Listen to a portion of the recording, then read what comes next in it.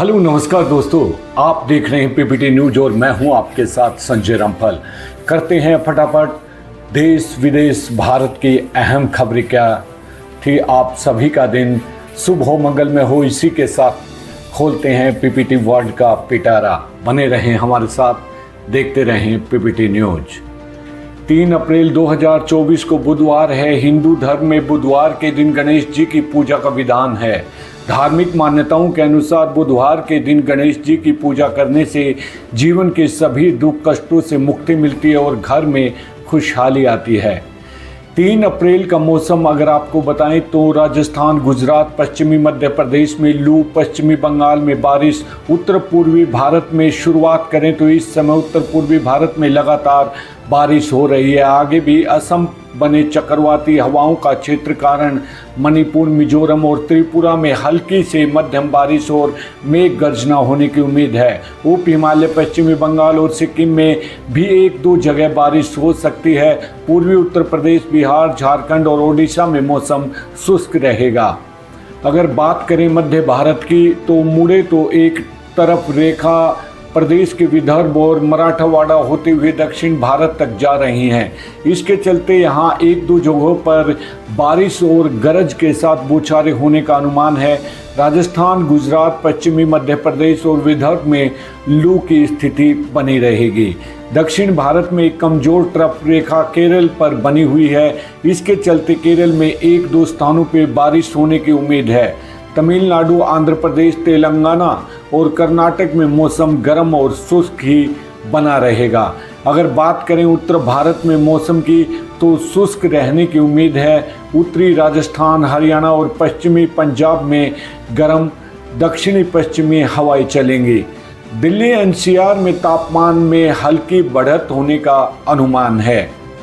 अब करते हैं देश में सोने चांदी की कीमत। 7वें आसमान पर खरीदारी से पहले जाने कितना महंगा हुआ सोना और चांदी।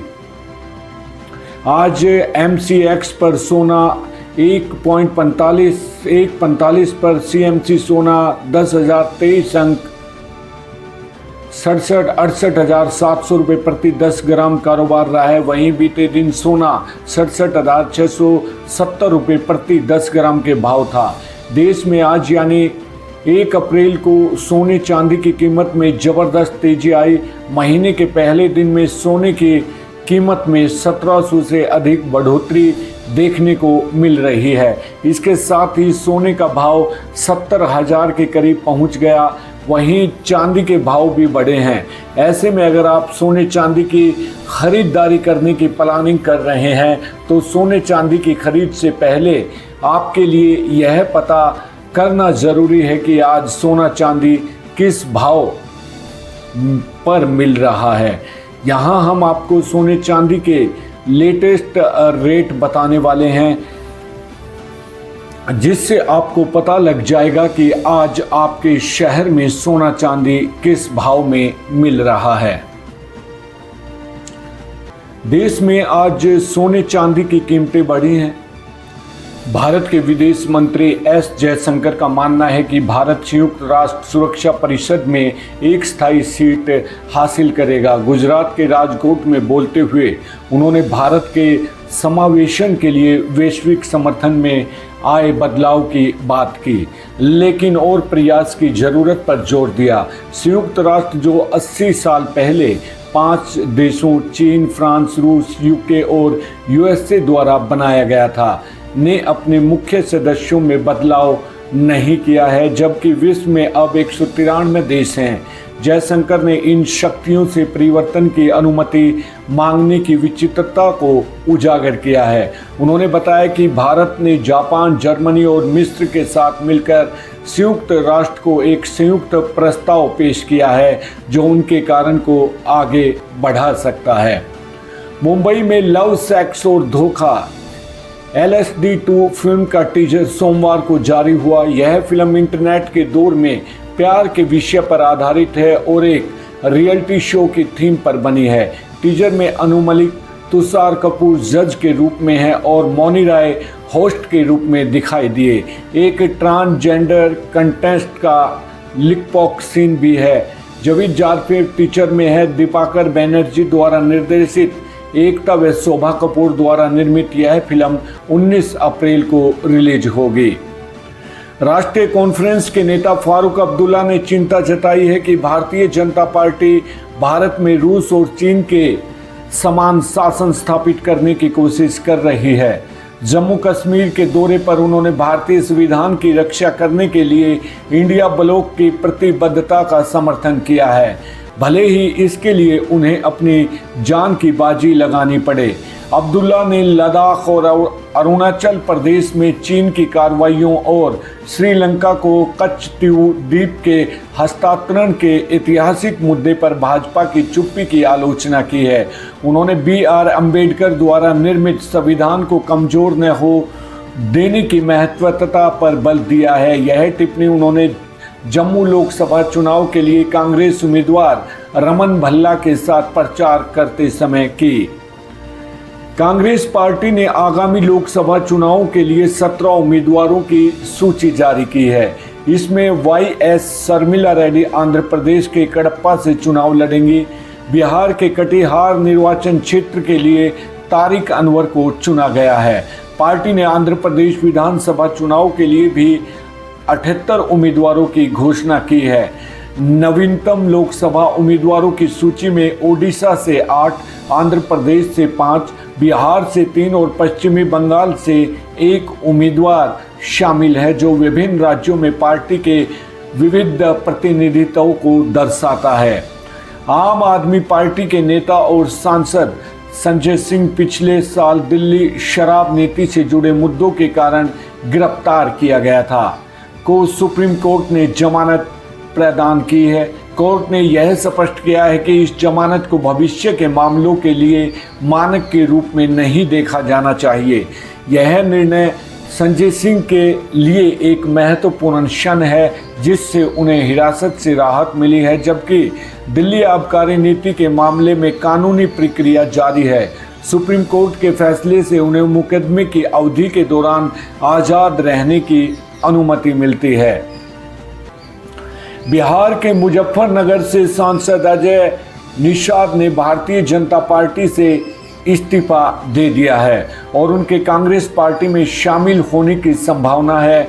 उसका इस्तीफा भाजपा द्वारा आगामी 2024 लोकसभा चुनाव के लिए उन्हें टिकट न देने के निर्णय के बाद आया है, जिसमें पार्टी ने राजभूषण चौधरी को मैदान में उतारने का फैसला किया है। निषाद ने भाजपा के प्रमुख JP नड्डा को संबोधित एक पोस्ट में विश्वासघात से स्तब्ध होने की बात कही। उन्होंने भाजपा के सभी पदों और प्राथमिकता सदस्यता से इस्तीफा देने की घोषणा की है। बाद में दिल्ली में कांग्रेस मुख्यालय में वरिष्ठ नेता पवन खेरा की उपस्थिति में निषाद का स्वागत किया गया है। निषाद ने भाजपा पर निर्णय लेने से पहले उनसे परामर्श न करने की आलोचना और अपनी स्थिति की तुलना मृत्युदंड प्राप्त व्यक्ति से की है, जिससे अंतिम इच्छा भी नहीं दी गई। लिमिनल और रिस्टिन AI मुफीद VH द्वारा निर्मित एक open source AI coder Devika के साथ भारत ने AI नवाचार की दौड़ में प्रवेश किया है। मशीन लर्निंग और प्राकृतिक भाषा प्रसंस्करण का उपयोग करके मानव निर्देशों को समझने के लिए डिजाइन की गई देविका कार्यों को विभाजित करती है और स्वायत्त रूप से कोड लिखती है। यह देविका को डेवलपर्स के लिए एक सहयोगी उपकरण और अमेरिका के डेविन के संभावित प्रतिद्वंदी के रूप में स्थापित करना है। मुफीद VH ने देविका की वर्तमान सीमाओं पर प्रकाश डालते हुए इसके भविष्य के लिए आशावाद व्यक्त करते हुए X पर शुरुआती परीक्षकों को योगदानकर्ताओं को बुलाया है। 20 घंटों में हैकथॉन सी प्रिंट विकसित होने के बावजूद मुफीद VH को इस परियोजना पर गर्व है और इसे बेहतर बनाने में मदद करने के लिए ओपन सोर्स समुदाय को आमंत्रित किया गया है। भारतीय जनता पार्टी के नेता और प्रधानमंत्री नरेंद्र मोदी ने कांग्रेस पार्टी पर आरोप लगाया है कि अगर भाजपा आगामी लोकसभा चुनाव में जीत जाती है तो वे हिंसा की धमकी दे रहे हैं। उत्तराखंड के रुद्रपुर में एक चुनावी सभा के दौरान मोदी ने कांग्रेस नेताओं की जीतने की बजाय देशव्यापी अशांति की चेतावनी देने के लिए आलोचना की है। उन्होंने कांग्रेस के प्रमुख चेहरे राहुल गांधी पर निशाना साधा है, जिन्होंने सुझाव दिया था कि अगर भाजपा तीसरी बार सत्ता में आती है तो देश में हंगामा होगा। मोदी का कहना है कि सत्ता से बाहर होने के कारण कांग्रेस हताश हो गई है और उन्होंने मतदाताओं से अस्थिरता और अराजकता को रोकने के लिए पार्टी को अस्वीकार करने का आग्रह किया है। साथियों, 24 के इस चुनाव में अब स्पष्ट रूप से दो खेमे बन गए। एक तरफ हम लोग ईमानदारी और पारदर्शिता जनता जनार्दन के सामने लेकर के आए हैं। दूसरी तरफ भ्रष्टाचारी, परिवारवादी उनका जमावड़ा है। ये भ्रष्टाचारी मोदी को धमकी भी दे रहे हैं, दिन रात गाली भी दे रहे हैं। अब देखिए क्या खेल चल रहा है। हम हैं जो कह रहे हैं भ्रष्टाचार हटाओ और वो कहते हैं भ्रष्टाचारी बचाओ। आप मुझे बताइए, भ्रष्टाचार हटना चाहिए कि नहीं हटना चाहिए? भ्रष्टाचार हटना चाहिए कि नहीं हटना चाहिए? भ्रष्टाचार से मुक्ति मिलनी चाहिए कि नहीं मिलनी चाहिए? भ्रष्टाचारी जेल जाने चाहिए कि नहीं जाने चाहिए?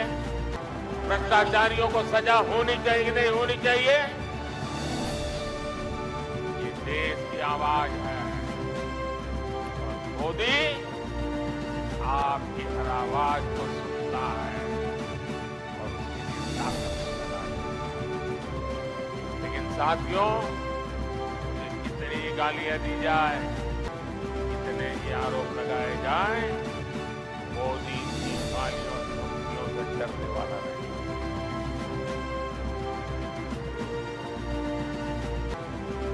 हर भ्रष्ट पर कार्रवाई जारी रहे और तीसरे टर्म की शुरुआत में अब 2-2.25 महीने बाकी रहे हैं।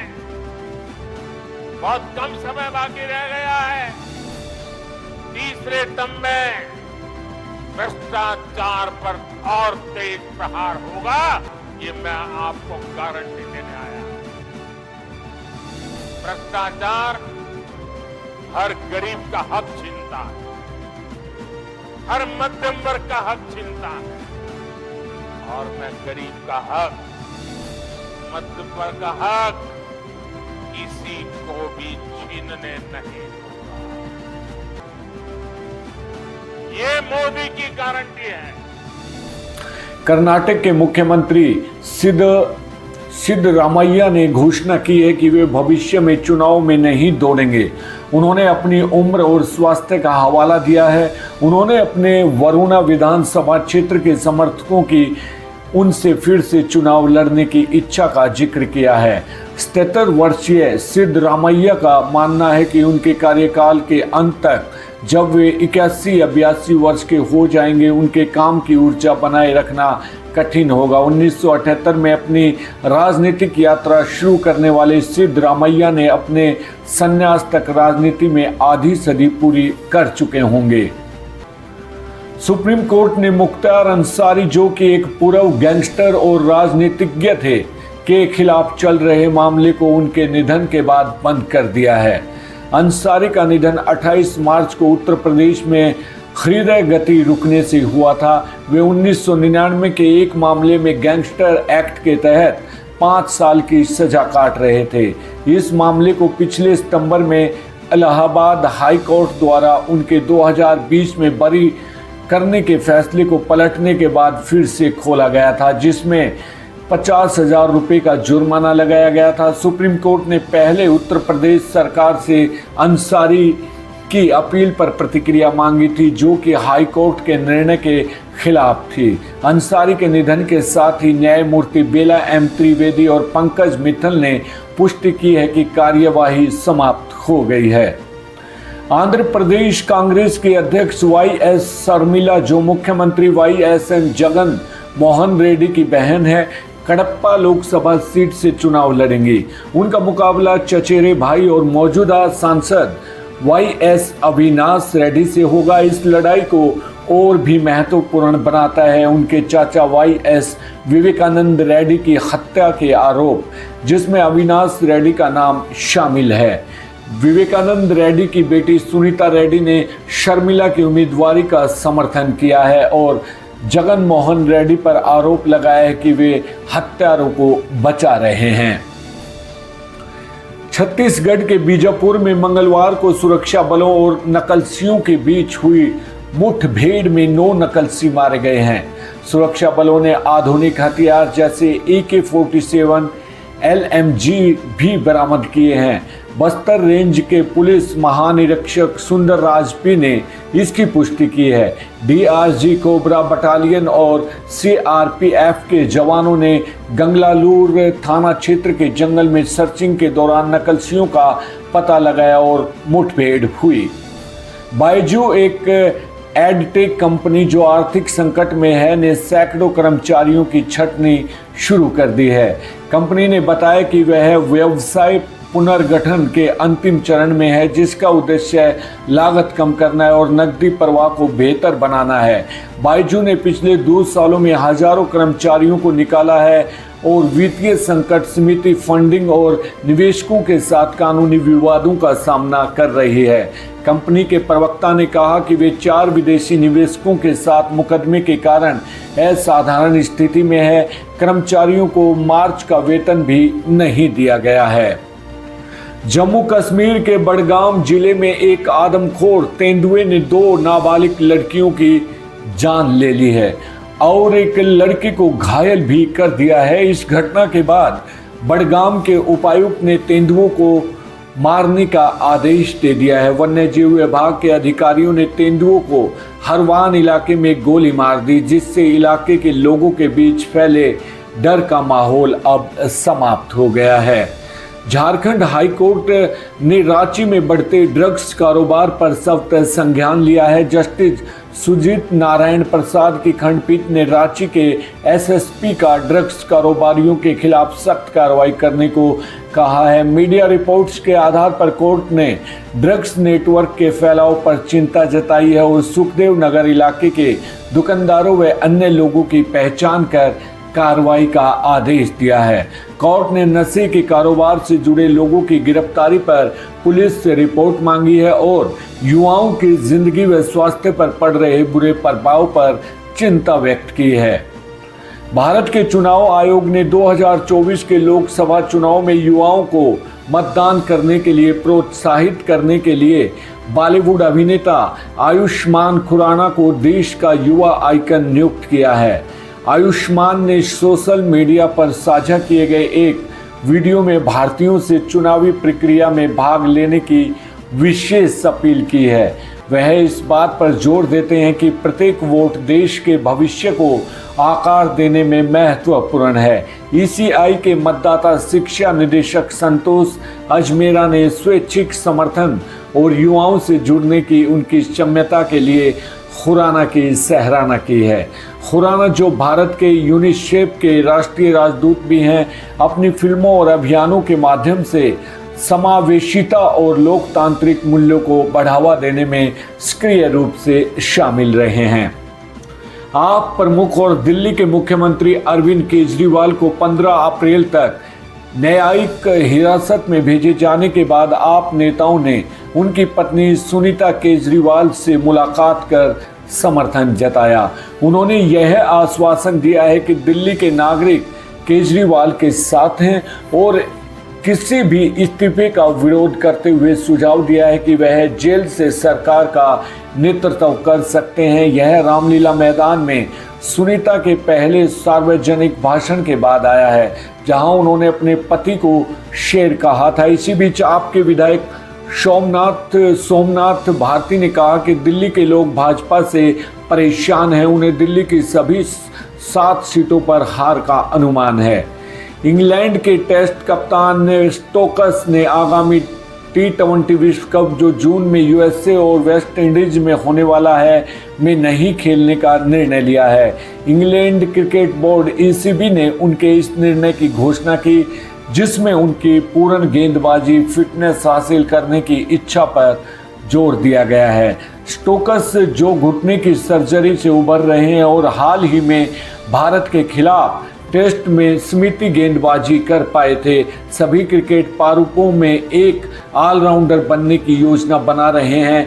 वह डरहम के लिए काउंटी चैंपियनशिप में खेलकर वेस्ट इंडीज और श्रीलंका के खिलाफ इंग्लैंड की टेस्ट श्रृंखला की तैयारी करने की योजना बना रहे हैं। स्टोक्स ने विश्व कप के लिए अपने साथियों को शुभकामनाएं दी हैं। उत्तर प्रदेश पुलिस ने माफिया डॉन अतीक अहमद की बहन आयशा नूरी और उनके भाई अशरफ की पत्नी ज़ैनब फातिमा की जानकारी देने वाले को इनाम देने की घोषणा की है। दोनों महिलाएं प्रयागराज में इस फरवरी में हुए उमेश पाल की हत्या के सिलसिले में वांछित हैं। पुलिस ने प्रत्येक के लिए 25,000 रुपये का इनाम निर्धारित किया है। इसके अलावा अतीक की पत्नी साइश्ता परवीन पर 50,000 रुपये का इनाम है। तीनों महिलाएं फिलहाल फरार हैं। अतीक और अशरफ दोनों उसी घटना में हत्या हो गई थी और 3 संदिग्धों को मौके पर ही गिरफ्तार किया गया था।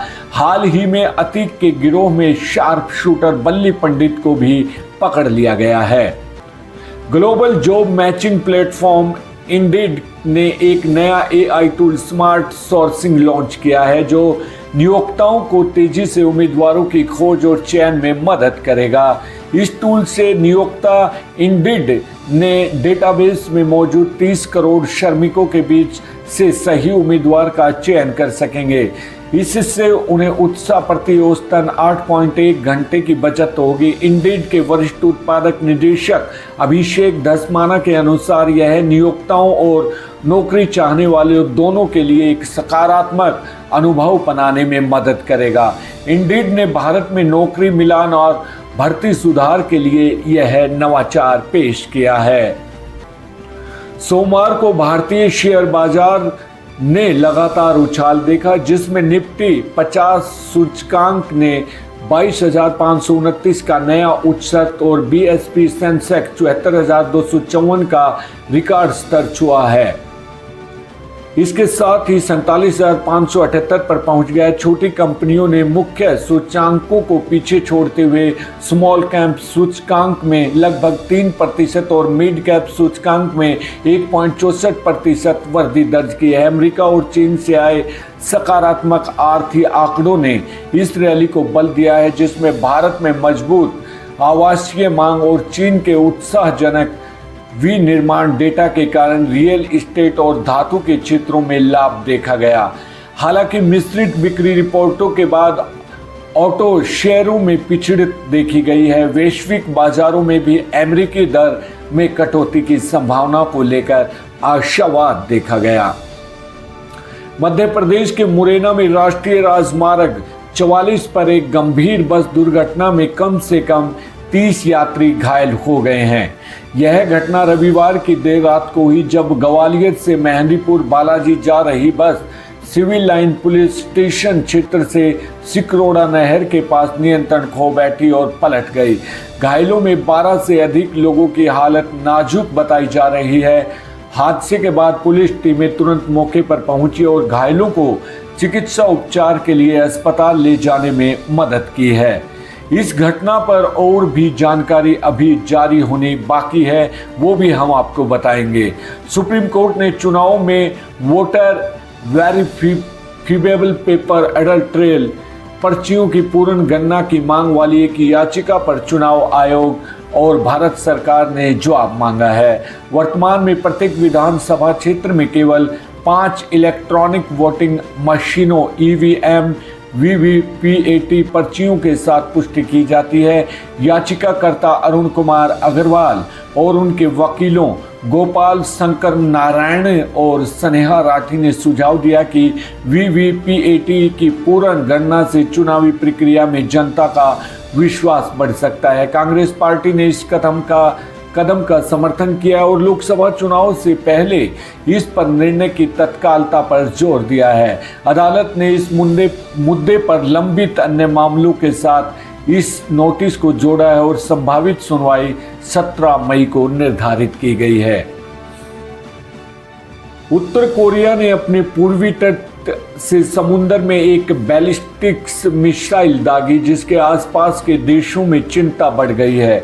दक्षिणी कोरिया की सेना और जापान के तटरक्षक बल ने इस प्रक्षेपण की पुष्टि की और मिसाइल समुद्र में गिरी। इस घटना से चिंता जताई जा रही है क्योंकि उत्तर कोरिया और रूस के बीच सैन्य संबंध मजबूत हो सकते हैं। इसके जवाब में अमेरिका दक्षिण कोरिया और जापान के साथ सुरक्षा सहयोग को मजबूत कर रहा है। जुलाई में वाशिंगटन में राष्ट्रपति जो बाइडेन और देशों के नेताओं के साथ एक शिखर सम्मेलन की योजना है। यह मिसाइल परीक्षण 2023 में उत्तर कोरिया का तीसरा है, जिसमें 2 पहले प्रक्षेपण शामिल हैं, जिसमें से एक मध्यम दूरी की हाइपरसोनिक मिसाइल के लिए एक ठोस ईंधन इंजन था।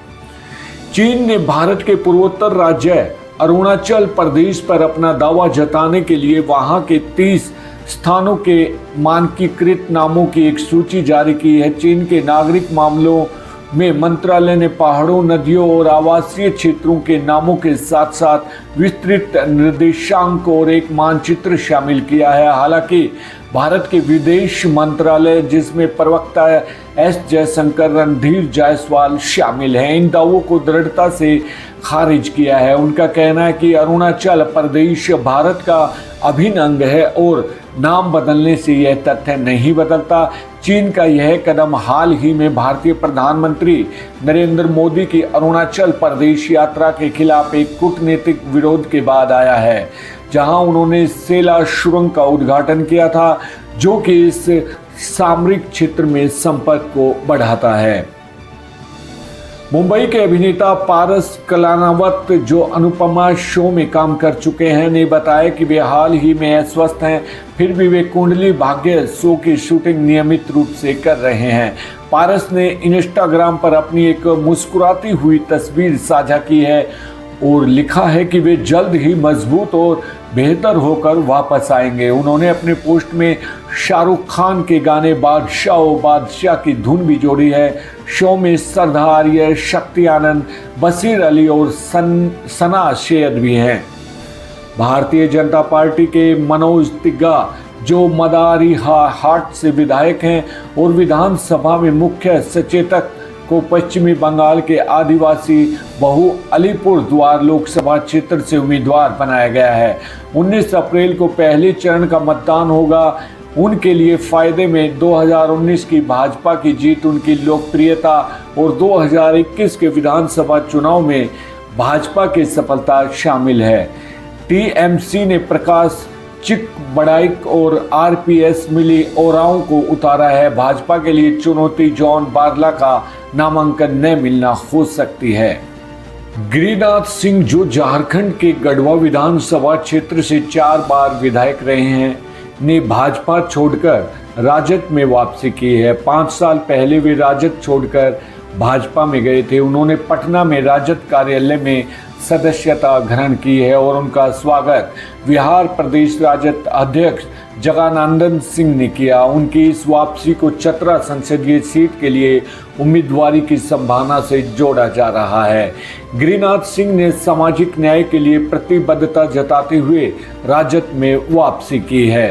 भाजपा के राष्ट्रीय प्रवक्ता शहजाद पूनावाला ने कहा कि आपके राज्यसभा सांसद संजय सिंह को शराब घोटाले में जमानत मिलना दिखाता है कि आपका ईडी पर बदलने की भावना से कार्रवाई का आरोप गलत है। पूनावाला ने कहा कि ईडी के विरोध न करने से सिंह को जमानत मिली और आप अब ईडी पर विदेश पूर्ण कार्रवाई का आरोप नहीं लगा सकती। उन्होंने आप नेताओं के दावों पर सवाल उठाया और कहा कि जमानत न मिलने से अरविंद केजरीवाल, मनीष सिसोदिया और अन्य जेल में बंद नेता दोषी हैं। समाजवादी पार्टी की उम्मीदवार डिंपल यादव, जो अखिलेश यादव की पत्नी है, मैनपुरी में गांव-गांव जाकर वोट मांग रही है और राजनीतिक सवालों के जवाब दे रही हैं। उन्होंने प्रधानमंत्री के विकास का टेलर बयान पर कहा कि गांव में जाकर विकास की हकीकत पता चलती है। बेरोजगारी और किसानों की स्थिति पर चिंता जताई। डिंपल ने मीडिया के जरिए लोगों को बरगलाने का आरोप लगाया और उप मुख्यमंत्री के बयान पर प्रतिक्रिया देने से इनकार किया।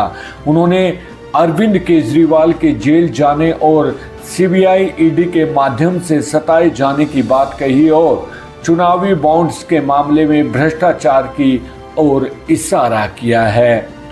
मध्य प्रदेश के लोकसभा चुनाव में परिवारवाद का प्रभाव स्पष्ट है। भाजपा ने सभी 29 सीटों पर जबकि कांग्रेस ने 25 सीटों पर उम्मीदवार तय किए हैं। गुना से ज्योतिरादित्य सिंधिया, राजगढ़ से दिग्विजय सिंह, छिंदवाड़ा से नकुल नाथ और रतलाम झाबुआ से अनीता सिंह चौहान चुनाव लड़ रहे हैं। समाजवादी पार्टी ने खुजराहों से मीरा यादव को उम्मीदवार बनाया है।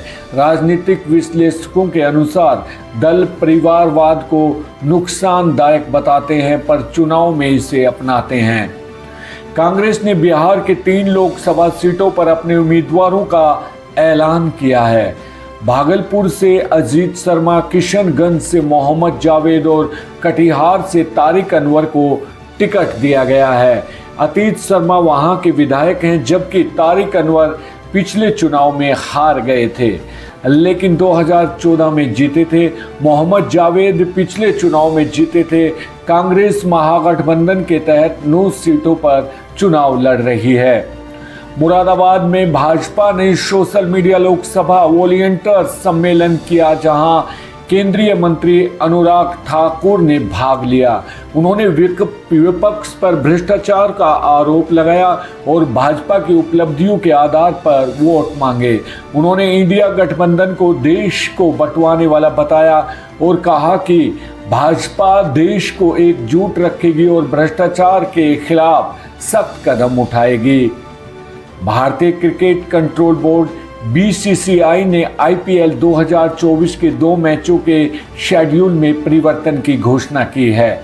कोलकाता नाइट राइडर्स और राजस्थान रॉयल्स के बीच मैच अब 17 अप्रैल की बजाय 16 अप्रैल को होगा और गुजरात टाइटंस और दिल्ली कैपिटल्स का मैच 16 अप्रैल से बदलकर 17 अप्रैल को होगा।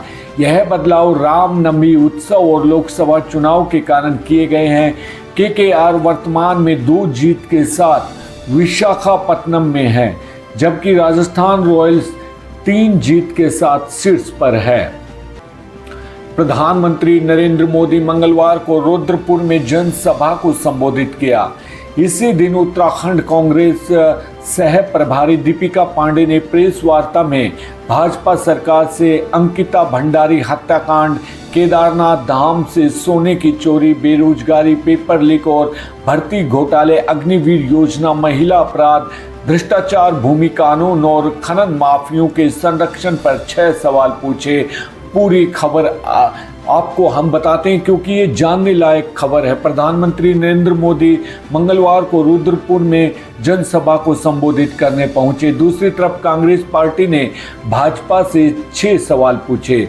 उत्तराखंड कांग्रेस सह प्रभारी दीपिका पांडे ने मंगलवार को प्रेस वार्ता कर भाजपा सरकार से 6 सवाल पूछे। कांग्रेस ने अंकिता भंडारी हत्याकांड, केदार धाम से 230 किलो सोना गायब, उत्तराखंड में बढ़ती बेरोजगारी, पेपर लीक और भर्ती घोटाले, अग्निवीर योजना, महिला अपराध के अलावा भ्रष्टाचार, भूमि कानून की अनदेखी और खनन माफियों को संरक्षण की लेकर सवाल पूछे। भारत की मुख्य न्यायाधीश DY चंद्रचूड़ ने जांच एजेंसियों जैसे कि केंद्रीय जांच ब्यूरो सीबीआई की शक्तियों और व्यक्तियों के निजता अधिकारों के बीच संतुलन की महत्वपूर्णता पर बल दिया। 20वें डीपी कोहली स्मारक व्याख्यान में उन्होंने कहा कि यह संतुलन एक न्यायपूर्ण और उचित समाज के लिए अनिवार्य है और यह विधिपूर्ण प्रक्रिया को बनाए रखने के मूल में है। उन्होंने व्यक्तिगत उपकरणों की अनावश्यक जब्ती पर चिंता व्यक्त की और एजेंसियों में राष्ट्रीय सुरक्षा और आर्थिक स्थिरता को प्रभावित करने वाले गंभीर अपराधों पर ध्यान केंद्रित करने का आग्रह किया। न्यायाधीश चंद्रचूड़ ने यह भी उल्लेख किया कि एजेंसियों को तेजी से बदलते अपराध परिदृश्यों के अनुकूल बनने और अपने काम में कृत्रिम बुद्धिमत्ता AI का उपयोग करने की आवश्यकता है। भारतीय रिजर्व बैंक ने खुलासा किया है कि 29 मार्च 2024 तक 2000 रुपये के बैंक नोट में वापस आ चुके हैं। 19 मई 2023 को जब RBI ने इन नोटों को वापस लेने की घोषणा की थी तब इनकी कुल मूल्य 3.56 लाख करोड़ रुपए थी। अब केवल 8,202 करोड़ रुपए के मूल्य के नोट जनता के पास बचे हैं। इस भारी कमी के बावजूद 2000 रुपए के नोट अभी भी मान्य हैं। इस बड़ी गिरावट से पता चलता है कि अधिक मूल्य की मुद्रा को सफलतापूर्वक प्रचलन से बाहर कर दिया गया है। विस्तारा एयरलाइन के पायलटों ने नए अनुबंध की शर्तों के विरोध में छुट्टी पर जाने का फैसला किया है, जिसके कारण मंगलवार को 52 उड़ानें हैं वो रद्द हो गई।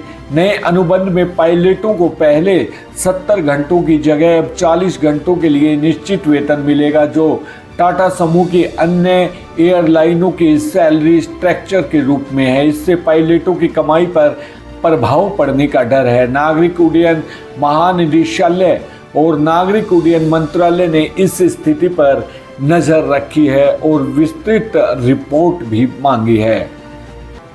तृणमूल कांग्रेस TMC के निलंबित नेता शाहजहां शेख, जो सदस्यता खाली हमला मामले में शामिल थे, अब 13 अप्रैल तक प्रवर्तन निदेशालय ED की हिरासत में रहेंगे। ED, जो वित्तीय अपराधों से लड़ने वाली सरकारी एजेंसी है, ने कोलकाता की अदालत में शेख को पेश किया और पता चला कि झींगा व्यापार में संदिग्ध धन लेन देन में शामिल थे। उनके खिलाफ भ्रष्टाचार और अवैध भूमि हथियाने के लिए रिपोर्ट दर्ज की गई। शेख को शनिवार को उत्तर प्रांगणा जिले में एक सुधार गृह में पूछताछ के बाद गिरफ्तार किया गया था। रियलमी ने भारत में अपना नया 12X 5G स्मार्टफोन पेश किया है, जिसमें कई सेगमेंट पहली विशेषताएं हैं। इसकी कीमत 12,000 रुपये से कम है और इसमें 5000 mAh की बैटरी 45 वोल्ट सुपर वोवो C चार्जिंग के साथ दी गई है, जो मात्र 30 मिनट में चार्ज होने का दावा करती है। इसमें रिवर्स चार्जिंग, 120Hz डिस्प्ले और स्पीकर सपोर्ट भी मिलता है। 12X 5G में जिस पे VC कूलिंग तकनीकी, डायनेमिक बटन और एयर जैसी सुविधाएं हैं। यह फ़ोन वुडलैंड ग्रीन और ट्विलाइट पर्पल रंगों में उपलब्ध है और 3 वेरिएंट्स में आता है, जिसका बेस मॉडल 10,999 रुपये में मिलता है। इसमें 6.72 इंच का full HD display, MediaTek Dimensity 6100 chipset, UI5 आधारित एंड्रॉइड 14 चलता है। OpenAI ने अपनी लोकप्रिय AI उपकरण ChatGPT को बिना साइन अप के सभी के लिए उपलब्ध कर दिया है, ताकि AI तकनीकी को सभी तक पहुंचाया जा सके। ChatGPT का इस्तेमाल 185 देशों में उपयोगकर्ता कर रहे हैं और यह सीखने और रचनात्मक का केंद्र बन गया है। OpenAI के ब्लॉग के अनुसार इस बदलाव में ChatGPT का तुरंत उपयोग संभव हो गया है, जिसमें इसकी पहुंच बढ़ी है। अब उपयोगकर्ता मॉडल सुधार के लिए अपने डेटा साझा करने का विकल्प नहीं चुन सकते, जिससे उनकी गोपनीयता सुनिश्चित होती है। खाता बनाना अब जरूरी नहीं, लेकिन जो लोग खाता बनाते हैं वे चैट इतिहास सहेज सकते हैं और उन्नत सुविधाओं का आनंद ले सकते हैं। OpenAI का कहना है कि ये बदलाव AI को और अधिक समावेशी बनाएंगे और नवाचार को बढ़ावा देंगे। हालांकि अधिक उन्नत GPT-4 टर्बो और अन्य प्रीमियम सेवाओं के लिए भी अभी एक भुगतान खाता आवश्यक है। भारतीय जनता पार्टी ने ओडिशा विधानसभा चुनाव के लिए अपने 112 उम्मीदवारों का खुलासा किया है, जो 4 चरणों में 13 मई, 20 मई, 25 मई और 1 जून को होंगे। प्रमुख उम्मीदवारों में पुरी से जयंत कुमार सारंगी, कटक सदर से प्रकाश चंद्र शेट्टी और भुवनेश्वर सेंट्रल से जगन्नाथ प्रधान शामिल हैं। ओडिशा भाजपा के नेता मनमोहन समाल चांदबली से, मनोज कुमार मेहर जूनागढ़ से चुनाव लड़ेंगे। शिशिर मिश्रा मौजूदा मुख्यमंत्री नवीन पटनायक के खिलाफ हिजली से चुनाव लड़ेंगे। ये चुनाव लोकसभा पोल के साथ होंगे। पिछले चुनाव में भाजपा ने 23 सीटें और 32.39 वोट हासिल किए थे, जबकि शासक दल विजत ने 112 सीटें और 44.71 वोट जीते थे। हाल ही में विजत से आए भाजपा में कई नेता, जिनमें अभिनेता राजनेता आकाश दास नायक और पूर्व विजत विधायक प्रियदर्शी मिश्रा शामिल हैं, इन चुनाव में उम्मीदवार हैं। भारत ने चीन के अरुणाचल प्रदेश के स्थानों के नाम बदलने के प्रयासों को सख्ती से खारिज कर दिया है। विदेश मंत्रालय MEA के प्रवक्ता रणधीर जायसवाल ने कहा कि ऐसी कार्रवाइयां इस तथ्य को नहीं बदल सकती कि अरुणाचल प्रदेश भारत का हिस्सा है। चीन भारतीय राज्य अरुणाचल प्रदेश में स्थानों का नाम बदलने अपने मूर्खतापूर्ण प्रयासों पर कायम है। हम ऐसे प्रयासों को दृढ़ता से अस्वीकार करते हैं। मनन गढ़त निर्दिष्ट करने पर यह वास्तविकता नहीं बदलेगी कि अरुणाचल प्रदेश भारत का एक अभिन्न अंग है और अविभाज्य हिस्सा है, था और हमेशा रहेगा। चीन नागरिक मामलों के मंत्रालय ने अरुणाचल प्रदेश के स्थानों के लिए चौथी सूची जारी की है, जिसे चीन जांगनान कहता है और दक्षिण तिब्बत का हिस्सा मानता है। विदेश मंत्री एस जयशंकर ने जोर देकर कहा कि नाम बदलने से स्वामित्व प्रभावित नहीं होता और वास्तविक नियंत्रण रेखा LAC पर भारतीय सेना की उपस्थिति की ओर इशारा किया। मंगलवार 2 अप्रैल को छत्तीसगढ़ के बीजापुर जिले में सुरक्षा बलों और नक्सली उग्रवादियों के बीच हुई एक झड़प में 4 नक्सली मारे गए हैं। यह संघर्ष गंगालोर पुलिस स्टेशन के क्षेत्र में लेदरा गांव के पास एक जंगल में सुबह सुबह हुआ। बस्तर फाइटर्स, कोबरा बटालियन और केंद्रीय रिजर्व पुलिस बैंक CRPF सहित एक संयुक्त टीम नक्सल विरोधी अभियान चला रही थी। जब गोलीबारी शुरू हुई, बस्तर रेंज के पुलिस महानिरीक्षक सुंदर राज P और बीजापुर के SP जितेंद्र कुमार यादव ने इस मुठभेड़ की पुष्टि की। यह अभियान बस्तर क्षेत्र के 7 जिलों में माओवादी उग्रवादियों के खिलाफ चल रहे व्यापक प्रयासों का हिस्सा है, जिसमें हाल ही में बीजापुर में 9 उग्रवादियों की मौत भी हुई। सुप्रीम कोर्ट ने योग गुरु रामदेव और पतंजलि आयुर्वेद के प्रबंध निदेशक बालकृष्ण को यह स्पष्ट करने के लिए बुलाया कि उन्हें धार्मिक विज्ञापनों के लिए अवमानना और सामना क्यों नहीं करना चाहिए। पहले अदालत ने पतंजलि की आलोचना की थी कि वे उसके निर्देशों का पालन नहीं कर रहे थे और उन्होंने पतंजलि के उन सभी विज्ञापनों पर रोक लगा दी थी जो बीमारियों के इलाज का दावा करते थे। भारतीय चिकित्सा संघ की याचिका के बाद यह कार्यवाही हुई, जिसमें पतंजलि की दवाओं के विज्ञापनों में झूठे दावों की ओर इशारा किया गया है। पतंजलि की ओर से माफी और आश्वासन के बावजूद अदालत ने देखा कि अभी भी अनुपालना में कमी है और विज्ञापनों में अभी भी रामदेव का चेहरा दिखाई दे रहा है। यह मामला पारंपरिक आयुर्वेद के प्रचार और कानूनी अनुपालना के बीच संघर्ष को दर्शाता है। कांग्रेस नेता सलमान खुर्शीद ने चुनाव आयोग से मिलकर 4 मुद्दे उठाए। उन्होंने मांग की कि राज्यों में पुरानी योजनाओं के पोस्टर से नेताओं की तस्वीरें हटाई जाएं और चुनाव के समय नई योजनाएं न लागू की जाएं। इलेक्शन कमीशन ने आश्वासन दिया कि आदेश पहले ही दिए जा चुके हैं। तमिलनाडु में पार्टी कार्यालय में छपे पोस्टरों के खर्च लेकर भी चर्चा हुई। पहले भी खुर्शीद ने विज्ञापनों में नेताओं की फोटो हटाने की मांग की थी। जवाहरलाल नेहरू विश्वविद्यालय की एक महिला छात्रा ने कैंपस के मुख्य द्वार पर अनिश्चितकालीन हड़ताल शुरू की है, जिसका कारण उनकी यौन उत्पीड़न शिकायत पर प्रशासन की ओर कार्रवाई न करना है। उन्होंने 4 व्यक्तियों, जिनमें 2 पूर्व छात्र शामिल हैं, पर 31 मार्च को उनका उत्पीड़न करने का आरोप लगाया है। शिकायत दर्ज करने के 30 घंटे बाद भी उनका कहना है कि कोई महत्वपूर्ण कार्रवाई नहीं की गई और आरोपी अभी भी खुले में हैं। जेएनयू के मुख्य प्रवक्ता सुधीर कुमार का कहना है कि दुए प्रोसेस का पालन किया जा रहा है, जिसमें समय लगता है और आरोपियों को बचाव का अधिकार है। शिकायतकर्ता अपनी सुरक्षा को लेकर चिंतित है क्योंकि वह उसी हॉस्टल में रहती है जहां एक कथित उत्पीड़क भी रहता है। उन्होंने अपनी शिकायत पर जेएनयू छात्र संघ की प्रतिक्रिया से निराशा व्यक्त की है, जिसके कारण उन्होंने हड़ताल शुरू की है। नागरिक उड्डयन मंत्रालय एमओसीए ने विस्तार एक पूर्ण सेवा वाली एयरलाइन पिछले सप्ताह 100 से अधिक उड़ानों के रद्द या देरी होने पर विस्तृत रिपोर्ट मांगी है। यह व्यवधान पायलटों की कमी के कारण हुआ है, जहां कई प्रथम अधिकारी हाल ही में वेतन संशोधनों के विरोध में बीमारी का बहाना बनाकर काम नहीं आए। विस्तारा ने असुविधा के लिए माफी मांगी, लेकिन प्रभावित उड़ानों की सटीक संख्या नहीं बताई है।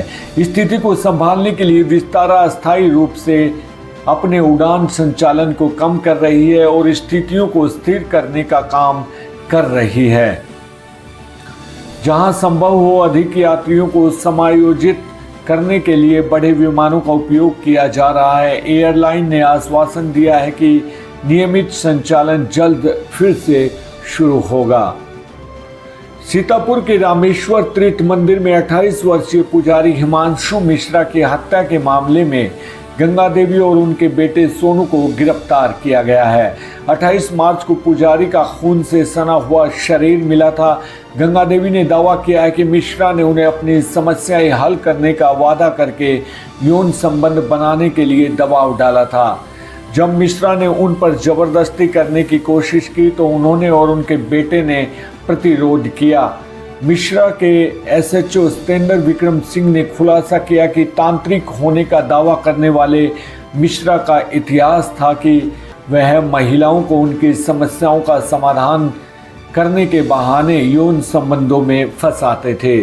वेजलपुर गुजरात के एक इलेक्ट्रिकल अपलायंस शोरूम के 42 वर्षीय मैनेजर संदीप फड़िया को एक महिला प्रिया अग्रवाल ने व्हाट्सएप के जरिए संपर्क किया और USDT नामक क्रिप्टो करेंसी निवेश करने का परिचय दिया। उसने डेवकॉइन नामक 3 वेबसाइटों के माध्यम से निवेश करने का भी निर्देश दिया।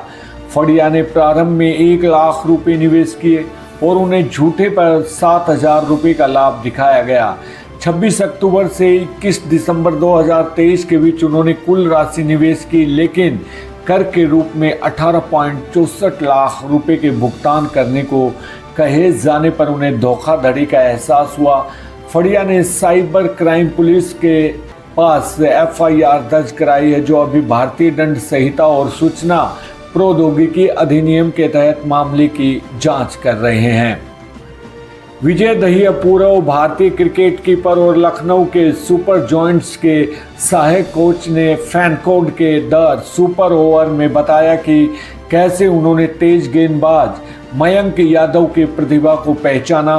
दहिया ने यादव के रनअप और गेंदबाजी की शैली की प्रशंसा की और उनकी मानसिकता को उनकी सफलता का मुख्य कारण बताया।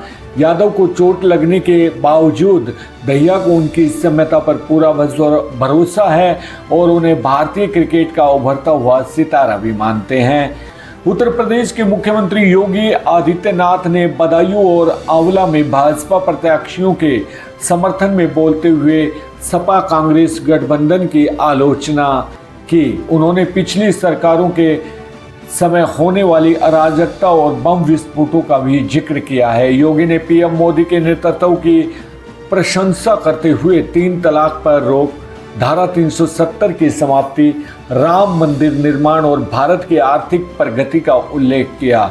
उन्होंने उत्तर प्रदेश में विकास कार्यों की बात की और लोगों से मोदी को तीसरा कार्यकाल देने की भी अपील की है। तो दोस्तों, ये थी आज की हमारी अहम और पुख्ता देश विदेश भारत की अहम खबरें। अगर आपने हमारे चैनल को सब्सक्राइब नहीं किया है तो बेहतरीन और उम्दा खबरें देखने के लिए हमारे चैनल को जरूर सब्सक्राइब करें। अब मुझे दीजिए इजाज़त। नमस्कार, आप अपना ख्याल रखिए, सुरक्षित रहिएगा। जय हिंद, जय भारत, वंदे मातरम।